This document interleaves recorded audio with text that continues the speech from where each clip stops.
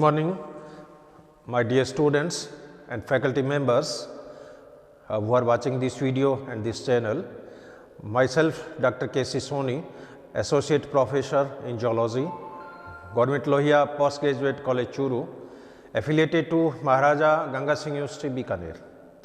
In today's lecture series of entomology, I will deliver my talk on types of reproduction in insects. प्रिय साथियों और विद्यार्थियों, आज entomology की व्याख्यानमाला की श्रृंखला में इंसेक्ट में होने वाले रिप्रोडक्शन पे मैं आपसे चर्चा करूंगा। अब रिप्रोडक्शन, सिंपली रिप्रोडक्शन के बारे में यदि जब सोचते हैं तो यही लगता है कि लैंगिक प्रजनन से संबंधित ये कोई परिघटना होगी, और रिप्रोडक्शन वो डिवाइस है, वो मैकेनिज्म है जिसके द्वारा कोई भी पेरेंट्स अपनी संतति को प्रोपिगेट करता है। Reproduction is that process by which any organism propagates its progeny. अब चूंकि इंसेक्ट की जो बायोडाइवर्सिटी है बहुत ज़बरदस्त है, अलग अलग इंसेक्ट्स में अलग अलग टाइप की प्रजनन विधियाँ पाई जाती हैं, उसी पे आज का ये चैप्टर फोकस रहेगा। अब और एनिमल किंगडम यदि अपन देखें, फाइलम प्रोटोजोआ से मान लीजिए कॉर्डेटा तक यदि सर्वे अपन करते हैं तो बेसिकली रिप्रोडक्शन को दो टाइप में ही डिवाइड किया जाता है, एक तो सेक्सुअल रिप्रोडक्शन और दूसरी एसेक्सुअल रिप्रोडक्शन। सेक्सुअल रिप्रोडक्शन में मेल और फीमेल गैमेट्स बनते हैं, यानी स्पर्म और ओवम बनते हैं, और इन दोनों का फर्टिलाइजेशन होता है, जाइगोट बनता है, और जाइगोट में फिर एम्ब्रियोजेनेसिस के द्वारा अडल्ट एनिमल की फॉर्मेशन होती है। जबकि एसेक्सुअल रिप्रोडक्शन में कोई गैमेट का प्रोडक्शंस नहीं होता है, और एसेक्सुअल रिप्रोडक्शन है वो बाइनरी फिशन के द्वारा हो सकता है, मल्टीपल फिशन के द्वारा हो सकता है, स्पोरुलेशन के द्वारा हो सकता है, रीजनरेशन के द्वारा हो सकता है। इसके अलावा और तरह की अनेक विधियाँ पाई जाती है। लेकिन इंसेक्ट में जो रिप्रोडक्शन की जो वैरायटीज़ हैं, जो टाइप्स हैं, वो अपने आप में यूनिक हैं, और इसी में मैं समराइज करते हुए क्योंकि ये बोर्ड पे मैंने स्केलेटन बना दिया है आज के इस व्याख्यान का, तो हर वैरायटी को समराइज करते हुए बहुत ही शॉर्ट में और कॉन्क्रीट एग्जाम्पल जो आपके याद रहे, उन एग्जाम्पल को लेते हुए मैं ये चैप्टर मैं स्टार्ट करूँगा। अब इंसेक्ट में जो रिप्रोडक्शन जो होता है, ये रिप्रोडक्शन मेनली 6 वैरायटी के अंदर डिवाइड किया गया है।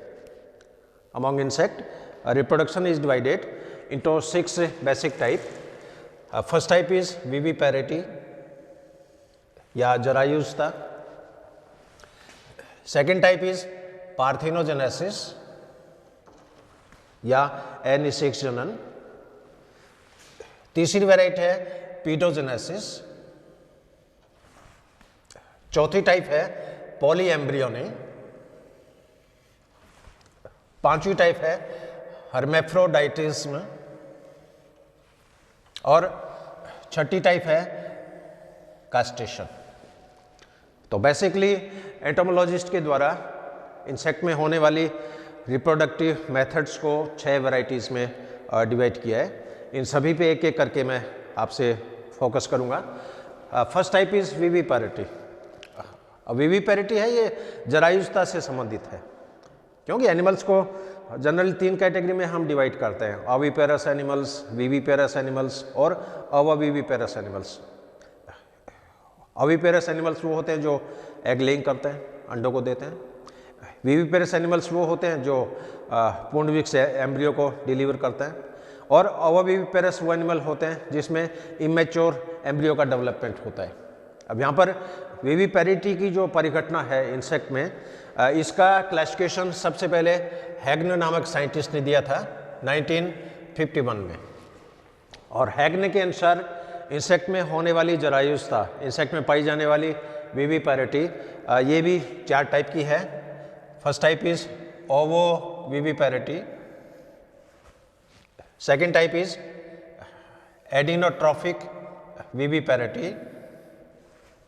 Third type is haemocoelous viviparity, और चौथी टाइप है इसमें स्यूडोप्लेसेंटल विविपैरिटी। अब इन चारों टाइप में इनके नाम से ही एकदम क्लियर हो जाता है कि किस मेथड में किस तरह की मैकेनिज्म पाई जाएगी। जैसे फर्स्ट टाइप की जो वैरायटी है अविविपैरिटी, ये मैकेनिज्म पाई जाती है थाइसोनोप्टेरा के सदस्यों में और कोलियोप्टेरा के सदस्यों में। ओविपेरिटी में क्या होता है कि इन इंसेक्ट में जो अंडे दिए जाएंगे उन अंडों के अंदर योग प्रेजेंट है और इन इंसेक्ट में ओवेरियल की संख्या कम होती है। जनरली एक अंडाशय में 8 ओवेरियल होते हैं, 8 लेफ्ट साइड की ओवरी में, 8 राइट साइड की ओवरी में, टोटल 16 ओवेरियल होते हैं और एक ओवेरियल में एक अंडे का प्रोडक्शन होता है। इसलिए एक इंसेक्ट जो होता है वो जनरली 16 अंडे देता है, 16 एग लेंग इसमें होती है। लेकिन ये जो वैरायटी है ओविपेरिटी, इसमें क्या होगा कि एक तो ओवेरियल की संख्या कम होती है। मान लीजिए 2 ओवेरियल है, 3 ओवेरियल है, 4 ओवेरियल है। अब 2 ओवेरियल होंगे तो इसके अंदर 2 ही अंडे दिए जाएंगे और ये अंडे जो होते हैं ये फिर यूट्रस के अंदर रख लिए जाते हैं, यूट्रस के अंदर ये रिटेन हो जाते हैं, वहाँ पर इनका डेवलपमेंट होता है। तो बॉडी के अंदर थोड़ा डेवलपमेंट हो रहा है, यानी पूरा एग बॉडी के बाहर नहीं निकला है। अंडे का थोड़ा डेवलपमेंट, आंशिक डेवलपमेंट या उसके डेवलपमेंट का कुछ पार्ट वो बॉडी के अंदर संपादित हो रहा है, इसलिए इस परिघटना को विविपेरिटी के अंदर इंक्लूड किया जाता है। और इस कैटेगरी के जो इंसेक्ट होते हैं ओविपेरिटी वाले, इनमें जो वेजाइना होती है वो भी सेक्युलर टाइप की होती है, वस्म के समान होती है, चैम्बर के लाइक होती है। और ये परिघटना मेनली थाइसोनोप्टेरा के सदस्यों में, कोलियोप्टेरा के सदस्यों में है, जिसके अंदर बीटल्स मेनली इंक्लूड है, उसके अंदर ये परिघटना पाई जाती है। Second type is adenotrophic viviparity. ये भी बहुत ही इंटरेस्टिंग एग्जाम्पल है। और ग्लोसिना जो मक्खी होती है, ग्लोसिना के अंदर ये परिघटना पाई जाती है। एडिनोट्रॉफिक में क्या होगा, इसमें फीमेल के द्वारा जो अंडे दिए जाते हैं उन अंडों पे कोरियन का आवरण होता है, जबकि पहले वाले केस में कोरियन का आवरण नहीं है। यहाँ पर अंडों में कोरियन का आवरण है और ये अंडे यूट्रस के अंदर रखे जाते हैं कुछ समय के लिए और वहाँ पर मदर के द्वारा ही इनको न्यूट्रिशन प्रोवाइड किया जाता है। अब फीमेल की यूट्रस में ही इन अंडों का डेवलपमेंट स्टार्ट हो जाता है। लार्वा से प्यूपा निकलते हैं, एग की हैचिंग होती है, एग से लार्वा निकलते हैं और लार्वा फिर प्यूपा में कन्वर्ट होते हैं। तो कई बार तो इसमें फीडिंग स्टेज ही नहीं मिलती है, क्यों जनरली फीडिंग स्टेज है वो तो लार्वा ही होती है। प्यूपा के चारों ओर तो प्यूपेरियम आवरण बन जाता है और उस प्यूपेरियम के अंदर ही उस एम्ब्रियो का डेवलपमेंट होता है। एक्चुअल जो एम्ब्रियोनिक फीडिंग स्टेज है वो तो लार्वा ही होती है। तो यहाँ पर एग से लार्वा का डेवलपमेंट ये तो मदर की बॉडी में हो रहा है और जो भी न्यूट्रिशन प्रोवाइड करना है वो मदर की पोषक कोशिकाओं के द्वारा हो जाता है और फिर लार्वा इमीडिएटली फिर प्यूपा के अंदर कन्वर्ट होते हैं। ये प्यूपा फिर बॉडी के बाहर आ जाते हैं और बाद में ये अडल्ट के अंदर ये कन्वर्ट हो जाता है। तो ये एडिनोट्रॉफिक परिघटना, ये ग्लोसिना नामक मक्खी जो होती है उसके अंदर ये परिघटना पाई जाती है। तीसरी जो टाइप है हीमोसिलस विविपेरिटी। अब हीमोसिलस नाम से स्पष्ट है, हीमोसील, हीमोलिम्फ, क्योंकि इंसेक्ट की जो देहगुआ होती है वो हीमोसील के नाम से जानी जाती है, क्योंकि पूरी सीलोम के अंदर हीमोलिम्फ एक तरह का जो ब्लड होता है, इसका हीमोसिलोमिक फ्लूइड जो होता है वो इसके अंदर भरा रहता है और वहाँ पर इनका डेवलपमेंट होता है, इसलिए इसको हीमोसिलिक विविपेरिटी का नाम दिया है। और ये परिघटना स्टेप्सिप्टेरा, ऑर्डर स्टेप्सिप्टेरा के सदस्यों में पाई जाती है।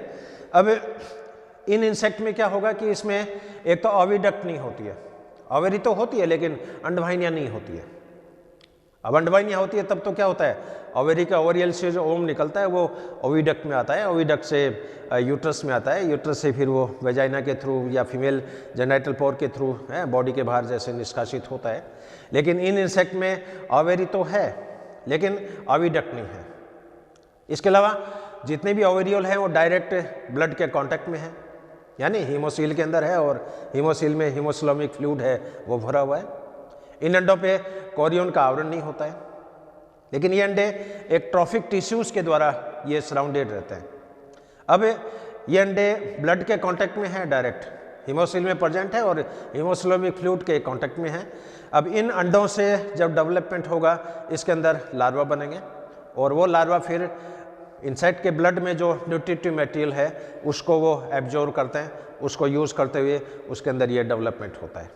तो यहाँ पर परिवर्धन की प्रक्रिया हीमोसील में हो रही है, इसलिए इसको हीमोसिलस विविपेरिटी का नाम दिया है। और ये परिघटना इसमें स्टेप्सिप्टेरा के सदस्यों में पाई जाती है।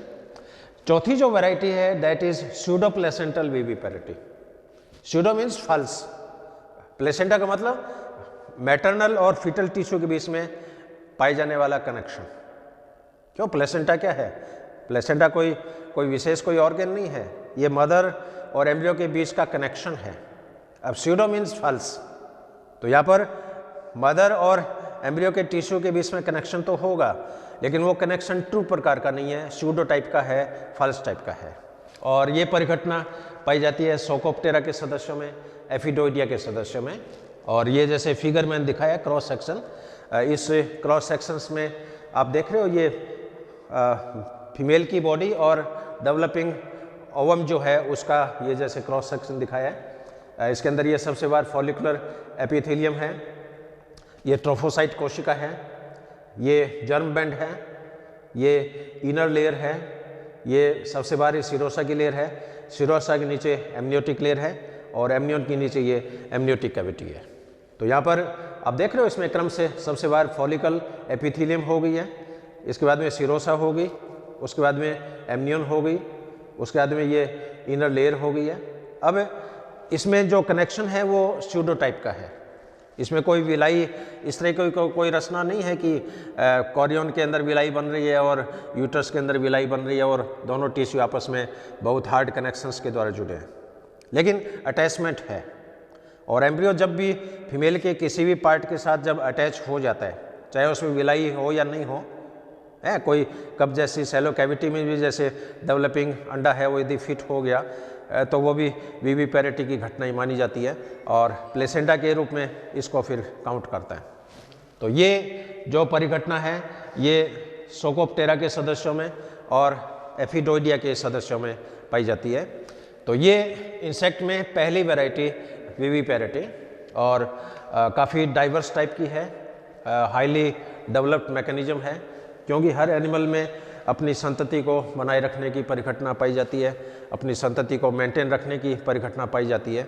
अदरवाइज तो क्या होगा, ये जो जातियां हैं ये विलुप्ति हो जाएगी, एक्सटिंक्ट ही हो जाएगी।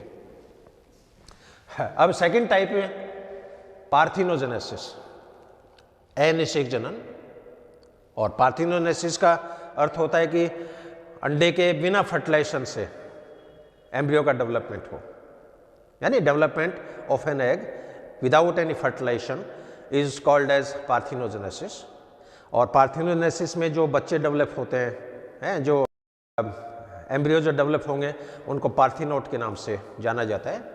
तो सबसे पहले दो साइंटिस्ट थे, लॉक्ट और बीटी, इन्होंने ये प्रपोज किया कि पार्थिनोट है वो एक तरह से विर्जिन बर्थ है, बिना फर्टिलाइजेशन के अंडों के अंदर डेवलपमेंट होता है। और ये अब चूंकि पार्थिनोजेनेसिस वैसे तो हर फाइलम में देखने को मिलती है, कॉर्डेट में भी देखते हैं तो मछलियों में भी ये परिघटना पाई जाती है, एम्फीबियंस में भी पाई जाती है, लेबोरेटरी में भी इसको इंड्यूस कर सकते हैं, मैमल्स में भी परिघटना पाई जाती है। लेकिन इंसेक्ट में जो पार्थिनोजेनेसिस की परिघटना है ये बहुत ही नॉर्मल है, बहुत ही कॉमन है और काफ़ी ऑर्डर्स में ये पाई जाती है। तो यहाँ पर पार्थिनोजेनेसिस जो होगी इसको दो कैटेगरी में डिवाइड किया गया है, एक तो नेचुरल पार्थिनोजेनेसिस और दूसरी आर्टिफिशियल पार्थिनोजेनेसिस। नेचुरल पार्थिनोजेनेसिस वो परिघटना है जो प्राकृतिक रूप से, नेचुरल रूप से इंसेक्ट के अंदर पाई जाती है। आर्टिफिशियल पार्थिनोजेनेसिस वो परिघटना है जिसको लेबोरेटरी में इंड्यूस कर सकते हैं, किसी भी फिजिकल एजेंट के द्वारा, केमिकल एजेंट के द्वारा। अब ये जो नेचुरल पार्थिनोजेनेसिस है ये भी दो टाइप की होती है, कंप्लीट नेचुरल पार्थिनोजेनेसिस और इनकम्प्लीट नेचुरल पार्थिनोजेनेसिस। यहाँ पर कंप्लीट का अर्थ क्या है, जब कॉलोनी के सभी सदस्यों का निर्माण पार्थिनोजेनेसिस के द्वारा हो। इनकम्प्लीट का अर्थ है जब कॉलोनी के कुछ सदस्यों का निर्माण पार्थिनोजेनेसिस से हो और कुछ सदस्यों का निर्माण सेक्सुअल रिप्रोडक्शंस के द्वारा हो। तो यहाँ पर कंप्लीट में क्या होगा, when entire colony is produced by parthenogenesis then it is called complete natural parthenogenesis. अब कंप्लीट जो परिघटना है ये भी दो टाइप की होती है, एक तो डिप्लॉइड टाइप की, एक हैप्लॉइड टाइप की। डिप्लॉइड टाइप में तो क्या होगा, इसके अंदर अंडा जो होता है वो डिप्लॉइड होता है, नॉर्मली अंडा हैप्लॉइड होता है, लेकिन यहाँ पर डिप्लॉइड अंडा प्रोड्यूस होगा और डिप्लॉइड अंडे से जो संतति बनेगी वो जनरली फीमेल होती है। यहाँ पर जनरली मादाएं बनती है। और हैप्लॉइड टाइप में क्या होगा, अंडा एगुणित होता है, इस अंडे का फर्टिलाइजेशन ही होता है और इस एगुणित अंडे से जो संतति बनेगी वो प्राय मेल टाइप की होती है, नर टाइप की होती है। अब डिप्लॉइड अंडे कैसे बनेंगे है ये एक क्वेश्चन है। अब डिप्लॉइड ओवम की फॉर्मेशन दो विधियों से हो सकती है, एक तो मियोसिस, एक एमियोसिस। तो मियोसिस में क्या होगा, इसमें मियोसिस डिवीजन हो रहा है, अर्धसूत्री विभाजन हो रहा है, फिर भी अंडा डिप्लॉइड है। और एमियोटिक में मियोसिस एब्सेंट है, इसलिए अंडा डिप्लॉइड है। तो ये डिप्लॉइड जो पार्थेनोजेनेसिस है ये भी दो टाइप की हो जाएगी, मियोटिक टाइप और एमियोटिक टाइप। अब मियोटिक टाइप में डिप्लॉइड स्टेज कैसे बनेगी, उसके लिए दो फिनोमेनन हो सकते हैं, एक तो रेस्टिट्यूशन के द्वारा, एक ऑटो फर्टिलाइजेशन के द्वारा। तो यहाँ पर ऑटो फर्टिलाइजेशन में तो क्या होता है, इसके अंदर जैसे oogenesis के दौरान मियोसिस फर्स्ट हो गया, मियोसिस सेकंड हो गया। अब मियोसिस फर्स्ट जैसे हो रहा है तो उसमें प्राइमरी oocyte जैसे सेकेंडरी oocyte में कन्वर्ट होता है, फर्स्ट पोलर बॉडी बनती है। उसके बाद मियोसिस सेकंड होता है, उसमें ओवम बनता है, सेकंड पोलर बॉडीज बनती है। तो कई बार क्या होता है कि ओवम और पोलर बॉडी है ये आपस में फ्यूज हो जाती है, यानी फीमेल ओवम है और फीमेल की पोलर बॉडीज हैं, दोनों सेल हैप्लॉइड होती है, एगुणित होती है। ये दोनों हैप्लॉइड सेल जब आपस में फ्यूज हो जाएगी तो उसके अंदर डिप्लॉइड स्टेज है वो डेवलप होती है और ये diploid stage as a zygote की तरह ट्रीट करेगी। और इसमें डेवलपमेंट में जो सदस्य बनेंगे वो फीमेल ही होंगे, नर सदस्यों का इसमें निर्माण नहीं होता है, ये इसकी एक खास बात है। और रेस्टिट्यूशन में क्या होगा, इसके अंदर मियोसिस फर्स्ट हो गया, मियोसिस सेकंड भी हो गया, लेकिन दोनों के न्यूक्लियाई एक दूसरे से सेपरेट नहीं हुए, यानी रेस्टिंग, प्रत्यानयन, रेस्टिट्यूशन। तो न्यूक्लियस तो डिवाइड हो गए, दो न्यूक्लियस बन गए, लेकिन दोनों न्यूक्लियस एक ही सेल के अंदर है, दो सेल्स नहीं बनी है और इनके केंद्रक बाद में फ्यूज हो जाते हैं और डिप्लॉइड स्टेज है वो एस्टेब्लिश हो जाती है। तो ये पहली टाइप है इसमें मियोटिक टाइप। और मियोटिक टाइप में मियोटिक डिवीजन हो रहा है, फिर भी जो ओवम बन रहा है वो डिप्लॉइड प्रकार का है और ओवम की डिप्लॉइड स्टेज है वो दो विधियों के द्वारा डेवलप हो सकती है, बाई ऑटो फर्टिलाइजेशन या बाई रेस्टिट्यूशन। रेस्टिट्यूशन की जो फिनोमेनन है ये लेपिडोप्टेरा के सदस्यों में पाई जाती है और रेस्टिट्यूशन की जो परिघटना है ये स्टेप्सिप्टेरा के सदस्यों में पाई जाती है। अब दूसरी तरफ एमियोटिक टाइप, ए मीन्स एब्सेंट। इसके अंदर अब जो oogenesis में मियोसिस होता है, एक्चुअल में उसके दो पार्ट है, मियोसिस फर्स्ट, मियोसिस सेकंड। तो एमियोटिक में क्या होगा, इसमें मियोसिस फर्स्ट एब्सेंट है और डायरेक्ट मियोसिस सेकंड हो रहा है। और मियोसिस फर्स्ट जो होता है वही एक्चुअल में रिडक्शन डिवीजन है, इसमें क्रोमोसोम की संख्या आधी हो जाती है। मियोसिस सेकंड है वो एक तरह का होमोटिपिक डिवीजन है, वो एक तरह का माइटोटिक डिवीजन है। मियोसिस फर्स्ट है वो एक तरह का रिडक्शन डिवीजन है, एक तरह का हिट्रोटिपिक डिवीजन है। अब इस केस में क्या होगा, मियोसिस फर्स्ट एब्सेंट है, मियोसिस फर्स्ट नहीं हो रहा है, डायरेक्ट मियोसिस सेकंड हो रहा है। और मियोसिस सेकंड है वो एक तरह का माइटोसिस होता है, एक तरह का सूत्री विभाजन होता है। इसलिए यहाँ पर जो अंडे बनेंगे वो अंडे भी द्विगुणित प्रकार के होंगे, डिप्लॉइड प्रकार के होंगे। और ये परिघटना एफिड्स में पाई जाती है, गोल फ्लाई में पाई जाती है। ओके, अब आते हैं इसके सेकंड पार्ट में, हैप्लॉइड। अब हैप्लॉइड में क्या होगा, ये परिघटना हाइमेनोप्टेरा के सदस्यों में पाई जाती है और विशेषकर सोशल इंसेक्ट। तो इसमें हनी बी का एग्जाम्पल जनरली मैं बच्चों को कोट करता हूँ, मधुमक्खी जो होती है, और मधुमक्खी में सोशल सिस्टम बहुत डेवलप्ड है। इसके अंदर तीन तरह की कास्ट होती है, इसके अंदर राजा होते हैं, किंग या ड्रोन, इसके अंदर रानियाँ होती है मधुमक्खी के छत्ते में, और इसमें फौजी होते हैं इनके हजारों की संख्या में, जिनको वर्कर्स भी बोल सकते हैं, सोल्जर भी बोल सकते हैं। अब यहाँ पर मधुमक्खी के छाते में जो राजा जो होता है, किंग जो होता है, वो एगुणित होता है, मेल होता है। रानी जो होती है वो डिप्लॉइड होती है, फीमेल होती है, फर्टाइल होती है। और इनके जो वर्कर्स हैं वो भी फीमेल होती है, डिप्लॉइड होती है, लेकिन इनफर्टाइल होती है। लेकिन इनफर्टाइल का मतलब ये नहीं है कि वो नपुंसक है। यहाँ पर फीमेल के द्वारा एक हार्मोन सिक्रीट होता है 9-ऑक्सीडेसिनोइक एसिड, उस फिरोमोन की प्रेजेंस में इन वर्कर्स में oogenesis की क्रिया इनहिबिट हो जाती है, अवमंदित हो जाती है और वो ओम का प्रोडक्शंस करने में कैपेबल नहीं है। अब यदि छाते से आप रानी मक्खी को निकाल के ले जाओ या रानी मक्खी की डेथ हो जाए, उस केस में कुछ सुपीरियर क्वालिटी की जो वर्कर्स होते हैं, फीमेल होती है, वो रानी के अंदर कन्वर्ट हो जाती है, क्योंकि रानी की डेथ होगी तो फिरोमोन का सिक्रीशन बंद हो गया और फिरोमोन की एब्सेंस में इन वर्कर में oogenesis का प्रोसेस स्टार्ट हो जाता है और वर्कर रानी के अंदर कन्वर्ट हो जाती है। तो यहाँ पर मधुमक्खी के अंदर जिन अंडों का फर्टिलाइजेशन हो जाएगा, उन अंडों से या तो रानी बनेगी या फिर वर्कर्स बनेंगे। जिन अंडों का फर्टिलाइजेशन नहीं होता है उससे नर बनते हैं, राजा बनते हैं या किंग बनते हैं। तो हनी बी में 3 कास्ट है, किंग, क्वीन और वर्कर्स। किंग की जो फॉर्मेशन है ये अगुणित अंडे के द्वारा होती है, इसलिए हैप्लॉइड पार्थिनोजेनेसिस की जो परिघटना है ये हाइमेनोप्टेरा के सदस्यों में काफ़ी विकसित होती है। अब आते हैं अपन इसके सेकेंड टाइप, इनकम्प्लीट। ये तो कंप्लीट टाइप की थी और कंप्लीट टाइप में क्या था कि कॉलोनी के सारे सदस्य जो होते हैं उनका निर्माण पार्थिनोजेनेसिस से होता है। इनकम्प्लीट में क्या होगा, इसमें सेक्सुअल रिप्रोडक्शन भी है और पार्थिनोजेनेसिस भी है, दोनों फिनोमेनन साथ साथ चलते हैं।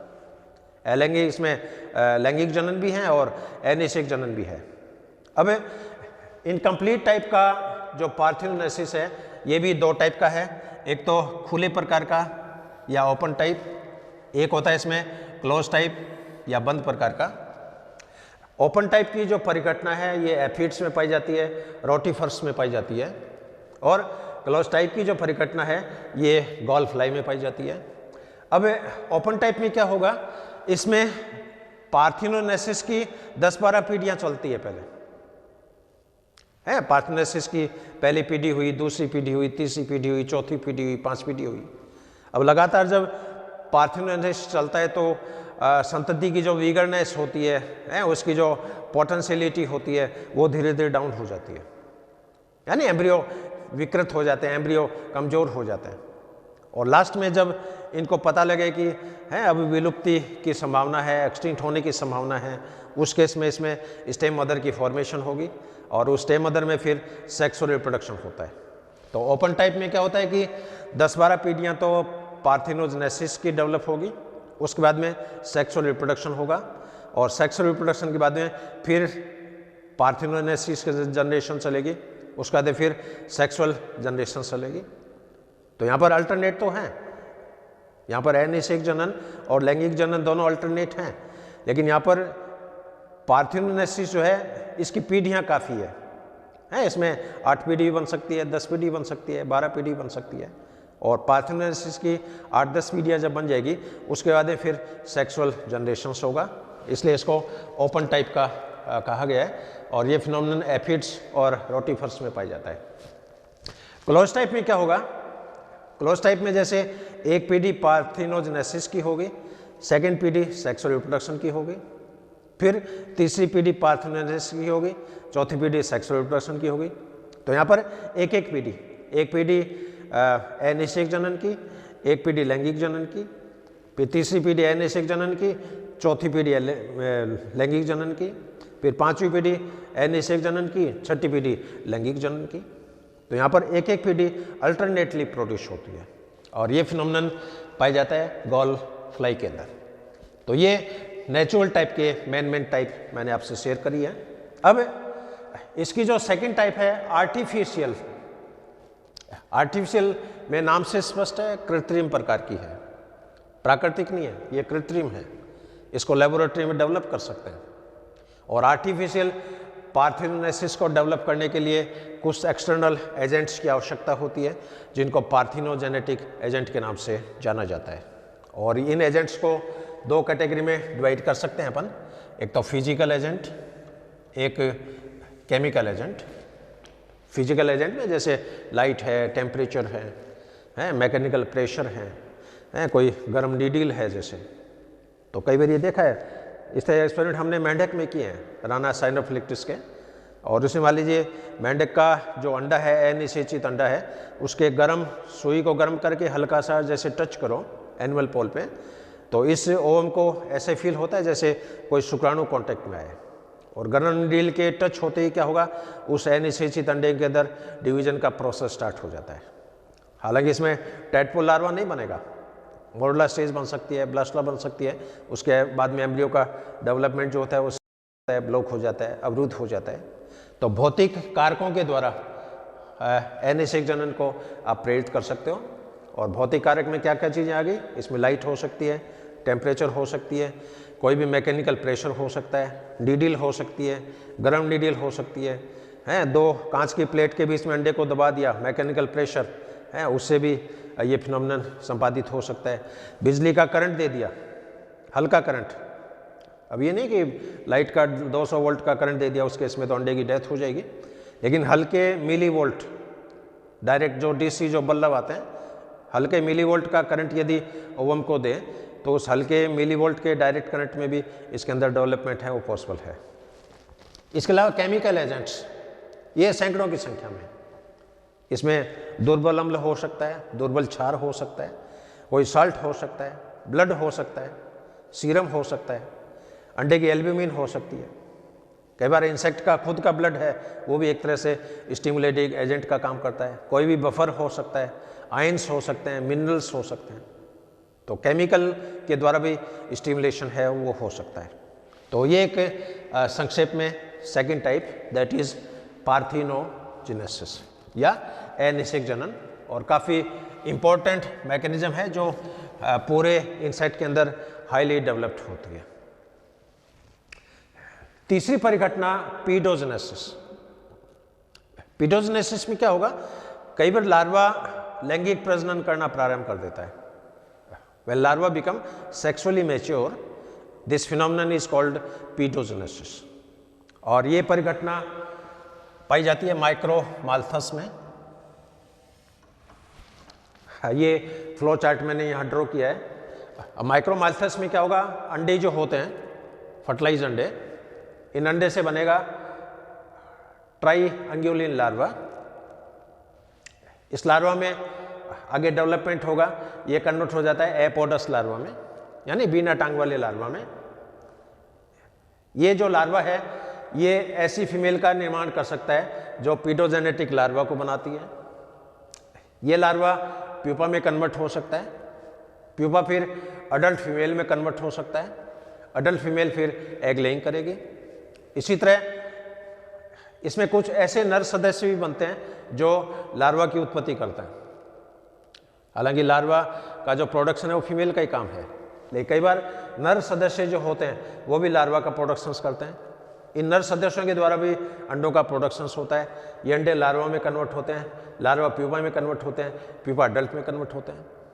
लेकिन यहाँ पर खास बात क्या है, नर पीडोजेनेटिक लार्वा से नर संतति बनेगी, फीमेल पीडोजेनेटिक लार्वा से फीमेल संतति बनेगी। अब इसमें कुछ लार्वा ऐसे भी हैं जो लार्वा को लार्वा में कन्वर्ट करते हैं। जैसे आपने ये देखा होगा फैसियोला हेपेटिका। फैसियोला हेपेटिका में 5 लार्वा होते हैं, miracidium, sporocyst, Stadia, cercaria, metacercaria. और फैसियोला में क्या होता है, तीसरे नंबर का जो लार्वा है रेडिया होता है, रेडिया के अंदर डॉटर रेडिया बनने लग जाते हैं, सर्केरिया के अंदर डॉटर सर्केरिया बन जाते हैं। तो लार्वा है वो भी एक तरह से लैंगिक प्रजनन जो होता है वो प्रारंभ करने लग जाता है। तो यहाँ पर लार्वा है वो लार्वा का प्रोड्यूस करता है। अब इस पूरी लाइफ साइकिल में, माइक्रोमाल्थस की पूरी लाइफ साइकिल में 5 तरह की वैरायटी आपको देखने को मिलेगी। एक तो अडल्ट मेल प्योरली, दूसरी वैरायटी है अडल्ट मेल, ये अडल्ट फीमेल, अडल्ट मेल। इसके अलावा ऐसी फीमेल इसमें बनती है जो पीडोजेनेटिक लार्वा को उत्पन्न करती है, फीमेल प्रोड्यूसिंग पीडोजेनेटिक लार्वी। इसके अलावा इसमें ऐसे नर सदस्य भी पाए जाते हैं जो पीडोजेनेटिक लार्वा को भी प्रोड्यूस करते हैं, मेल प्रोड्यूसिंग पीडोजेनेटिक लार्वा। और इसमें ऐसे लार्वा भी बनते हैं जो लार्वा को डेवलप करते हैं। तो इस इंसेक्ट की पूरी लाइफ साइकिल में 5 तरह की वैरायटी आपको देखने को मिल रही है। एक बार मैं फिर रिपीट कर दूं, purely adult mail, purely adult male, purely adult female, female producing pedogenetic larva, male producing pedogenetic larva और larva producing larva। तो इस पूरे माइक्रोमाल्थस की लाइफ साइकिल में 5 वैरायटी आपको देखने को मिलेगी। और पीडोजेनेसिस का अर्थ क्या है? जब लार्वा सेक्सुअली मैच्योर हो जाए और संतति को डेवलपमेंट है वो स्टार्ट कर दे। ये घटना प्रोजीरिया की भी है। जैसे कई बार छोटे बच्चे होते हैं दिखने में वो 80 साल के बूढ़े आदमी जैसे लगते हैं, प्रोजीरिया है। आपने एक अमिताभ बच्चन की पिक्चर देखी होगी पा, है जिसमें छोटा बच्चा है और उसकी शकल सूरत है 80 साल के आदमी की जैसी होती है। तो प्री मैच्योर एजिंग जिसको बोलते हैं वो ये जो पीडोजेनेसिस है एक तरह की प्री मैच्योर एजिंग है। तो लार्वा जब सेक्सुअली मैच्योर हो जाए, लार्वा जब रिप्रोडक्शन करना स्टार्ट कर दे तो ये परिघटना पीडोजेनेसिस के नाम से जानी जाती है। और कई बार इसके लिए टर्म भी यूज होता है, यंग बट ओल्ड। यंग है लेकिन बूढ़े हो गए क्योंकि बच्चे पैदा करने लग गए, या ओल्ड बट यंग, इनके बेटे पोते हो गए लेकिन फिर भी ये जवान है क्योंकि इनकी एज कम है। तो इसके लिए कई बार एक कोटेशन भी यूज किया जाता है इस तरह की फिनोमिनन के लिए, यंग बट ओल्ड या ओल्ड बट यंग। अब चलते हैं अपन इसकी चौथी variety, that is poly embryony. और पॉली एम्ब्रियोनी में क्या होता है? एम्ब्रियो के अंदर एम्ब्रियो डेवलप हो रहा है, एम्ब्रियो के अंदर एम्ब्रियो। कई बार आपने देखा होगा नारियल अपन लाते हैं और नारियल को जब बधारते हैं तो नारियल के अंदर एक छोटा सा फूल निकलता है। कई बार पंडित लोग होते हैं कि इसमें ये गणेश जी निकला है, ये बहुत शुभ है, इसकी आप पूजा करो और इसको तिजोरी में रखो।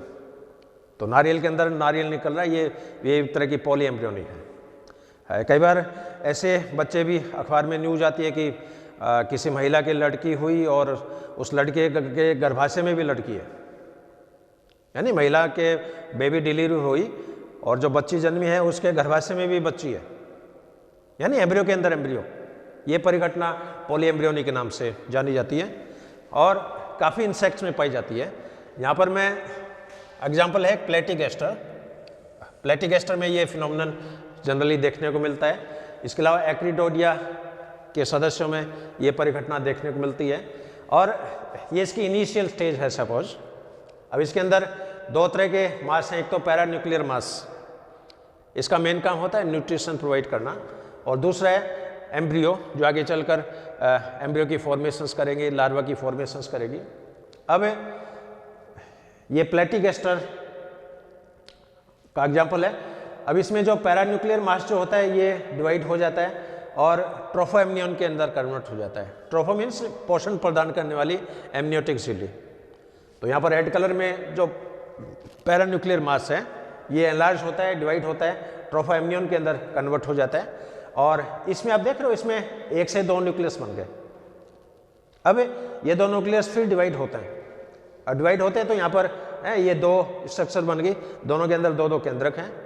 अब एक ये रचना एम्ब्रियो में कन्वर्ट हो जाएगी, ये रचना भी एम्ब्रियो में कन्वर्ट हो जाएगी, जबकि सेल डिवाइड नहीं हुई है, पूरी बॉडी है ये डिवाइड नहीं हुई है, लेकिन इसके अंदर केंद्रक डिवाइड हो गए। अब एक ये न्यूक्लियस बन गया, ये एक एम्ब्रियो में कन्वर्ट हो जाएगा, ये दूसरे एम्ब्रियो में कन्वर्ट हो जाएगा।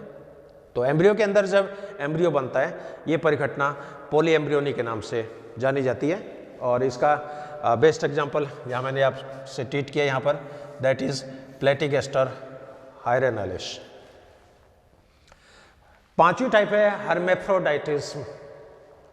हर्मेफ्रोडाइटिज्म में नाम से स्पष्ट है कि द्विलिंगिता, यानी द्विलिंगी प्राणी, ऐसे एनिमल जिसमें मेल गैमेट भी प्रोड्यूस हो, जिसके अंदर फीमेल गैमेट भी प्रोड्यूस हो। तो काफ़ी प्राणी हर्मेफ्रोडाइट होता है, जैसे टीनिया सोलियम है। अब टीनिया सोलियम के हर सेगमेंट में उसके अंदर मेल ऑर्गन भी हैं, फीमेल ऑर्गन्स भी हैं। केंचुआ है जैसे, ये भी द्विलिंगी प्राणी होता है। तो यहाँ पर इसका एक एग्जाम्पल है स्केल इंसेक्ट। और स्केल इंसेक्ट में क्या होगा, इसके एम्ब्रियो में जो डेवलपिंग गॉनेट जो होता है ये एक्चुअल में ये बाइपोटेंशियल गॉनेट है। इसमें मेल गैमेट को प्रोड्यूस करने की भी कैपेसिटी है, इसमें फीमेल गैमेट को प्रोड्यूस करने की भी कैपेसिटी है। और इस गॉनेट का परिधि वाला जो भाग है आउटर जोन, ये तो ओवेरियल को डेवलप करता है और ये ओवम को प्रोड्यूस करता है। इसका जो सेंट्रल जो पार्ट है मेडुला जिसको अपन कह सकते हैं, इनर जोन जिसको कह सकते हैं, ये स्पर्म की फॉर्मेशन करता है। अब इस बाइपोटेंशियल गॉनेट के पेरिफेरल पार्ट की जो सेल्स हैं उसके द्वारा तो ओवम की उत्पत्ति होती है और इसका जो मेडुलरी जोन है या सेंट्रल जोन है इसके द्वारा स्पर्म की उत्पत्ति होती है। अब ये स्पर्म और ओवम इन दोनों का यदि फर्टिलाइजेशन हो जाएगा तो डिप्लॉइड जाइगोट बन जाएगा। यदि इस ओवम का फर्टिलाइजेशन नहीं होता है तो इसके अंदर फिर अनिषेक जनन की प्रक्रिया, पार्थिनोजेनेसिस की प्रक्रिया वो स्टार्ट हो जाती है। तो ये द्विलिंगिता की परिघटना है, हर्मेफ्रोडाइटिज्म, और स्केल इंसेक्ट्स में पाई जाती है। स्केल इंसेक्ट नाम इसलिए दिया कि इसमें इंसेक्ट में जो सेगमेंट होते हैं थोरैक्स, एब्डोमेन, तो इसमें ऐसा लगता है जैसे कोई फुट हो, जैसे फुट में जैसे 1-1 सेंटीमीटर पे जैसे मार्किंग होती है, तो ये इंसेक्ट अपने म्यूजियम में पड़ा है। और इंसेक्ट को आप जैसे देखोगे तो एग्जैक्ट ऐसा लगता है जैसे कोई फुट हो, जैसे स्केल हो, और 1-1 सेंटीमीटर के इसके अंदर जैसे सेगमेंट है, इसलिए इसको स्केल इंसेक्ट का नाम दिया है। लास्ट टाइप है कास्ट्रेशन या बंध्यता। कास्ट्रेशन जैसे बैलों में जैसे करते हैं, सांडों के अंदर, सांड में जो टेस्टिस होते हैं उसको मशीन से पींच देते हैं, क्रश कर देते हैं। अब टेस्टिस को क्रश कर देंगे तो उसके अंदर जितने भी स्पर्मेटोगोनिया सेल जो होती है, प्रिमोर्डिज्म सेल्स होती है, वो सारी डैमेज हो जाती है और ये शुक्राणु प्रोड्यूस करने में कैपेबल नहीं होते हैं। तो सांड जो होते हैं वो गोदे में कन्वर्ट हो जाते हैं, नारे में कन्वर्ट हो जाते हैं और उनको वजन ढोने में गाड़ियों के उसको यूज करते हैं, बैलगाड़ी जो होती है। तो इंसेक्ट के अंदर ये नेचुरल फिनोमेनन है। और इंसेक्ट में जो कास्ट्रेशन की जो परिघटना है ये 2 प्रकार की होती है। एक तो फिजियोलॉजिकल कास्ट्रेशन और एक होती है पैरासिटिक कास्ट्रेशन। फिजियोलॉजिकल कास्ट्रेशन जो होता है इसको न्यूट्रिशनल कास्ट्रेशन भी बोलते हैं, क्यों कई बार डेवलपिंग एम्ब्रियो को प्रॉपर न्यूट्रिशन नहीं मिल पाता है, प्रॉपर डाइट उनको नहीं मिल पाती है, तो वो इंसेक्ट जो है नपुंसक हो जाते हैं, इनफर्टाइल हो जाते हैं। और पैरासिटिक कास्ट्रेशन में क्या होगा, इसमें कई बार बॉडी के अंदर कोई परजीवी का इन्फेक्शन हो जाता है, परजीवी का संक्रमण हो जाता है और उस परजीवी के इन्फेक्शन के कारण ये जो एनिमल हैं वो स्टेराइल हो जाते हैं। अब ये जो पहली जो टाइप है फिजियोलॉजिकल कास्ट्रेशन, ये पाई जाती है आइसोप्टेरा के अंदर, दीमक जो होती है, टर्माइट, और हाइमेनोप्टेरा, इसके अंदर जैसे हनी भी है, मधुमक्खी है, वास्प है, टांटी जिसको अपन बोलते हैं। तो हनी आइसोप्टेरा में तो क्या होता है कि मेन जो फैक्टर रिस्पॉन्सिबल है हार्मोन्स है। तो इंसेक्ट आइसोप्टेरा में भी कास्ट सिस्टम बहुत डेवलप है, इसके अंदर भी किंग होते हैं, क्वीन होती है, वर्कर्स होते हैं, सोल्जर्स होते हैं, नास्ट्यूट्स होते हैं। तो हार्मोन का कई बार क्या होता है कि प्रॉपर हार्मोन्स का डेवलपमेंट नहीं हो पाता है या डेवलपिंग स्टेजेस पर्टिकुलर हार्मोन के संपर्क में नहीं आ पाती है और उसका रिजल्ट क्या होता है कि वो संतति नपुंसक हो जाती है, स्टेराइल हो जाती है, बंदे हो जाती है, गैमेट प्रोड्यूस करने में वो कैपेबल नहीं होती है। और हाइमेनोप्टेरा में क्या होगा, ये न्यूट्रिशनल है। अब इसमें आपको मैं जैसे बताऊं, जैसे रानी मक्खी है सपोज, अब रानी मक्खी ने अंडे दिए और अंडों का जैसे डेवलपमेंट हो गया, अंडे का फर्टिलाइजेशन हो गया, डिप्लॉइड जाइगोट बन गया। अब इस जाइगोट से लार्वा बनेगा, प्यूपा बनेगा, अडल्ट बनेगा। अब इस एम्ब्रियोनिक डेवलपमेंट के दौरान यदि इसको बेस्ट क्वालिटी का भोजन खिलाया जाता है, जिसको रॉयल जेली बोलते हैं, शाही भोजन बोलते हैं, यदि हनी बी के लार्वा और प्यूपा को रॉयल जेली यदि खिलाई जाती है तो वो अंडा रानी के अंदर कन्वर्ट होता है। और इसको रॉयल जेली के साथ साथ यदि शहद मिक्स करके, यानी घटिया क्वालिटी का भोजन यदि खिलाया जाता है तो वो वर्कर्स में कन्वर्ट होता है। और मेल जो होते हैं ये तो एक तरह से भिखारी की तरह, ये बचा कुचा बासी जो भोजन होता है, घटिया क्वालिटी का जो भोजन होता है उनके एम्ब्रियो को खिलाया जाता है। तो हनी बी में बहुत ही इंटरेस्टिंग फिनोमेनन है, डाइट के द्वारा, अच्छे न्यूट्रिशंस के द्वारा कास्ट का इसमें डिटर्मिनेशन हो रहा है। बेस्ट क्वालिटी का फूड रॉयल जेली खिलाई जा रही है, रानी बनेगी। रॉयल जेली के साथ शहद मिक्स करके खिलाया जा रहा है, इसके अंदर वर्कर्स बनेंगे, सैनिक बनेंगे। और बहुत ही घटिया क्वालिटी का बचा हुआ भोजन खिलाया जा रहा है, इट मीन्स वो राजा हैं, नर सदस्य हैं। तो ये एक नट सेल में आज का अपना व्याख्यान और टाइप्स ऑफ रिप्रोडक्शन, इसको मैं एक बार फिर ब्रीफ में बहुत ही संक्षेप में रिपीट कर दूं। इंसेक्ट में रिप्रोडक्शन का जो तरीका है काफ़ी डाइवर्स है, हाईली डेवलप्ड है, हाईली इवॉल्व है। और इंसेक्ट में जो प्रजनन है ये मेनली 6 टाइप में डिवाइड किया है, विविपेरिटी के रूप में, पार्थिनोजेनेसिस के रूप में, पीडोजेनेसिस के रूप में, पॉलीएम्ब्रियोनी के रूप में, हर्मेफ्रोडाइटिज्म के रूप में और कास्ट्रेशन के रूप में। विविपेरिटी में क्या होता है कि इसके अंदर विविपेरस एम्ब्रियो जो होते हैं वो डेवलप किए जाते हैं। अभी एम्ब्रियो बॉडी के अंदर डेवलप होते हैं, यूट्रस में डेवलप होते हैं, हीमोसील में डेवलप होते हैं, टेम्परेरी प्लेसेंटा जैसी स्ट्रक्चर भी बन सकती है, उसकी बेसिस पे इसका क्लासिफिकेशन है। और अनिषेक जनन, इसमें क्या होगा, अंडे का फर्टिलाइजेशन नहीं होता है, और फर्टिलाइजेशन नहीं होता है तो वो अनिषेचित अंडा है वो अडल्ट के अंदर कन्वर्ट होता है। अब ये अनिषेचित अंडा डिप्लॉइड भी हो सकता है, हैप्लॉइड भी हो सकता है, ये फिनोमिनन नेचुरल भी हो सकती है, आर्टिफिशियल भी हो सकती है। और पीडोजेनेसिस में ये इंटरेस्टिंग एग्जाम्पल मैंने यहाँ पर बताया माइक्रोमाल्थस का। पॉलीएम्ब्रियोनी में क्या होगा, एम्ब्रियो के अंदर एम्ब्रियो बनता है। और हर्मेफ्रोडाइटिस में ये द्विलिंगिता है, और यहाँ पर बाइपोटेंशियल गोनेड है, इसका आउटर जो पार्ट है ये ओवम का प्रोडक्शंस करेगा, इसका मेडुला जो पार्ट है ये स्पर्म का प्रोडक्शंस करेगा। और कास्ट्रेशन की जो परिघटना है ये फिजियोलॉजिकल भी हो सकती है और पैरासिटिक भी हो सकती है। और पैरासिटिक में क्या होगा, ये फिनोमिनन हाइमेनोप्टेरा में, होमोप्टेरा के सदस्यों में पाई जाती है। अब मान लो इसके अडल्ट इंसेक्ट में यदि ये स्टेप्सिप्टेरा का कोई इंसेक्ट होमोप्टेरा के सदस्य में परजीवी के रूप में यदि निवास करे तो इस पैरासाइट के कारण क्या होगा, इसका जो होस्ट होता है उस होस्ट की पूरी मॉर्फोलॉजी, फिजियोलॉजी उसकी टोटली चेंज हो जाती है, उसके एक्सटर्नल फीचर चेंज हो जाते हैं, एनाटॉमिकल फीचर चेंज हो जाते हैं। और परजीवी के संक्रमण के कारण, परजीवी के एसोसिएशन के कारण इसमें जो बॉडी की जो गैमिट प्रोडक्शन की जो कैपेबिलिटी है वो इसमें ख़त्म हो जाती है।